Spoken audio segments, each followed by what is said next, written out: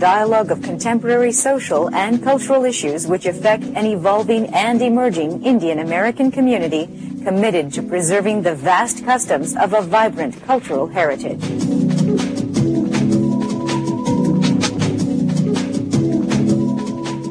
Welcome to In Conversation, folks. We come to you from Washington, D.C. My name is Ramesh Bhutani. And I'm Astha Verma. As we continue our discussion on the health plan for this country, President Obama's public option is being discussed everywhere in every town hall, and I guess the congressmen and the senators are getting beat up. They are. It's a difficult topic to talk about, and people have very strong opinions.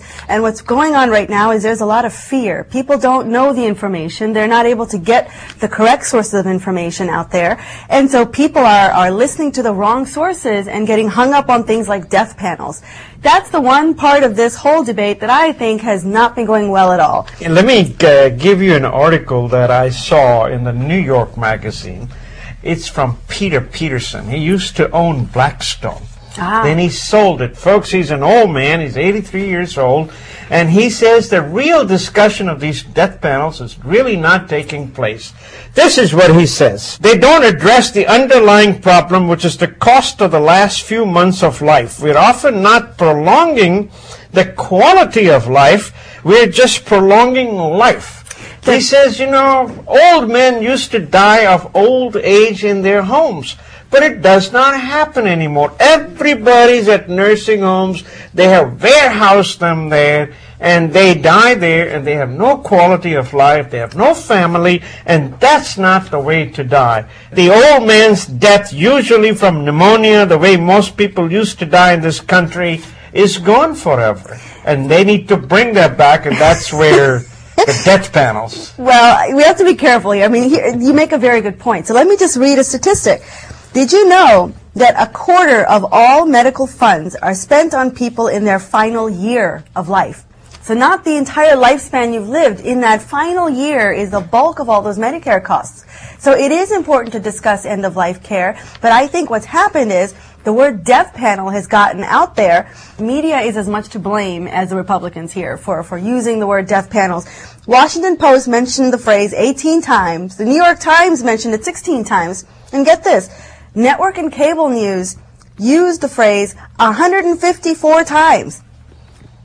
I mean, that's not even including the daytime shows. Because it's a shocking word, and that's why everybody likes to use it. But folks, you come to Darshan Television for some good information. Let me give you some comparisons. Here's an article written by a fellow by the name of T.R. Reid, who works for Washington Post as a reporter. He's written a book called The Healing of America, a global quest for better, cheaper, and fairer health care. And here he has 5 myths about health care around the world. Of course, I'll recommend that you read the book, but this is what he has. It is all socialized medicine out there. Some countries use private doctors, private hospitals to run a very efficient operation, and some of them use the government hospitals. For instance, New Zealand, Cuba, Britain, they use government hospitals. But in Canada and Taiwan, they use private hospitals. But everybody's covered and everybody's got insurance. And that's the most important part in here. He's saying we have socialized medicines here in America, parts of it, but it only starts at the age 65. Or for veterans, or for Native Americans. That's right, and that's the thing that amazes me, is that we have it today, but yet we fear it like it's something that's going to turn us into Canada or turn us into another country. The fact is, other countries have gotten some part of this right. Yeah. And it doesn't hurt for the U.S. to look at how those countries have done it and to use some of what works overseas right here. Precisely. Now, you know who's doing this fear-mongering? Folks, it's the insurance companies. I tell you why they're doing it. They like the model where the states take over the difficult to insure people. For instance, they have the same model, driver's insurance, for instance. If you have had some traffic infractions, if you have had an accident or two, forget it. No insurance company is going to write insurance for you. You have to go to the state side. It's as if insurance companies are there only to take your money. You have one accident, that's one too many. They will raise your rates. So they want the same thing for health insurance. They want government to take over the chronic sick people and the old people and the others. Just give us your young and your healthy and your others. That's what the insurance companies are doing. That practice that you're talking about where insurance companies will drop you for pre-existing conditions, for example, is called rescission. And insurance companies regularly do this, and they in fact not only charge higher premiums, but they can drop you on a whim if you're not insured through your employer. Especially, you have a hard time with these insurance companies. So I think it's important. We elected President Obama to be able to get to these very difficult topics. Now that it's here, we're having a hard time getting our heads around it, and we're letting ourselves be herded like sheep by all these confusing messages. You know, the thing that I don't understand here is that the American public was smart. They were smart all throughout the campaign. They got past all these tactics. And yet we have allowed Sarah Palin to have a second life all of a sudden because of this controversy. You know, she was gone. She had pretty much written herself out of politics. Let's face it, folks. Let's not get her in here. Well, no, let's get her out of here. I have to make one point.